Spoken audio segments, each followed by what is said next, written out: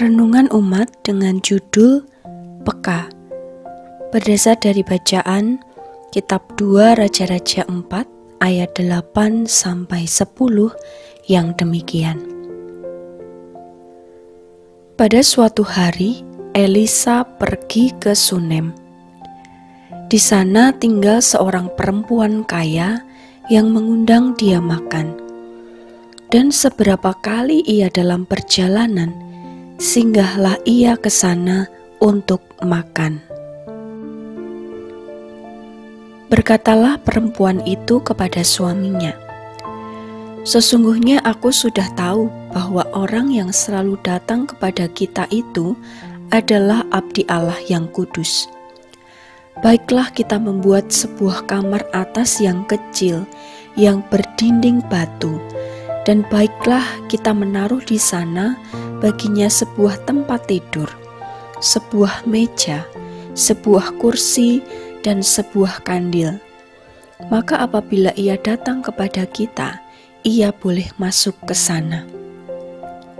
Demikianlah firman Tuhan. Berbahagialah setiap orang yang mendengarkan firman Tuhan dan yang melakukannya dalam kehidupan sehari-hari. Haleluya. Bapak, Ibu, dan Saudara yang dikasihi Tuhan, wujud kepekaan orang tua terhadap anak-anaknya tidak hanya dalam sisi jasmani, yaitu dengan memberikan asupan makanan yang bergizi, dibelikan baju yang pantas, dan sebagainya. Tetapi juga memperhatikan sisi rohani dengan mendisiplinkan anak untuk berdoa, mendorong supaya mengikuti sekolah minggu, mengajarkan tentang mengasihi, mengampuni, menghormati orang lain, dan sebagainya. Hal ini membuktikan bahwa orang tua peka terhadap kebutuhan anak-anaknya secara menyeluruh. Di Sunem ada sepasang suami istri yang sangat kaya. Selain kaya, diceritakan bahwa istrinya juga baik hati. Alkitab mencatat kebaikan hati seorang perempuan itu. Setiap kali berkunjung ke Sunem, ia selalu mengundang Elisa untuk makan dan singgah di rumahnya. Pada suatu waktu ia berkata kepada suaminya perihal keyakinannya terhadap keberadaan Elisa sebagai abdi Allah. Kemudian ia meminta izin supaya membuat kamar atas yang kecil yang berdinding batu lengkap dengan segala perabot seperti tempat tidur, meja, kursi, kandil, supaya ketika Elisa singgah, ia bisa menginap di kamar tersebut. Bagi seorang yang kaya, tentu tidaklah sulit untuk menyediakan tempat lengkap dengan perabotannya. Ia tinggal menyuruh bujang laki-lakinya Gehazi untuk mempersiapkan segala sesuatunya. Baik, memang keberadaan perempuan Sunem itu kaya.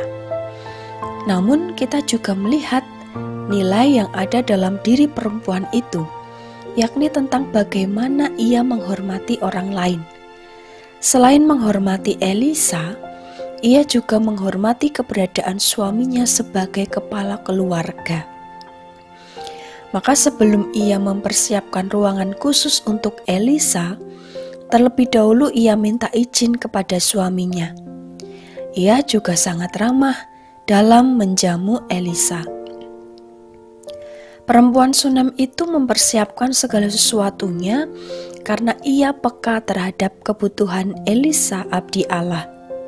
Dalam hal ini, perempuan Sunem sudah menganggap Elisa menjadi bagian dalam keluarganya.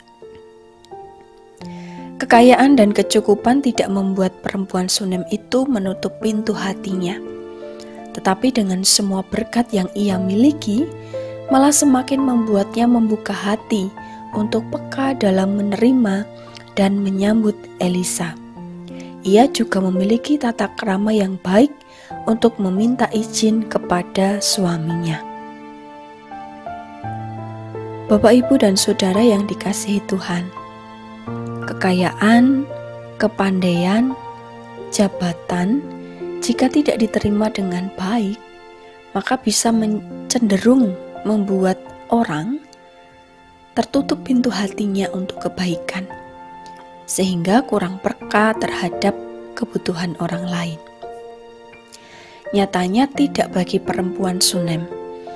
Ia membuktikan dan menggunakan berkat yang ia miliki untuk menjadi saluran berkat. Dengan tulus hati dan tanpa mengharap balasan, ia memberikannya untuk Elisa. Bagaimana dengan kita? Sudahkah kita peduli atau peka terhadap kebutuhan orang di sekitar kita? Mari meneladani sikap perempuan Sunem dalam hal keterbukaannya untuk menyambut dengan ramah dan kepekaannya terhadap kebutuhan Elisa. Mari memulainya dengan kita peka terhadap sesama kita, dimulai dari orang yang terdekat dengan kita, yaitu keluarga kita. Selamat menghayati, salam sehat untuk kita semua. Tuhan memberkati. Mari kita berdoa. Tuhan, terima kasih. Hari ini kami dibimbing untuk menghayati teladan kebaikan dari seorang perempuan Sunem. Dalam keberadaannya yang kecukupan, tidak membuat hatinya tertutup bagi kebaikan.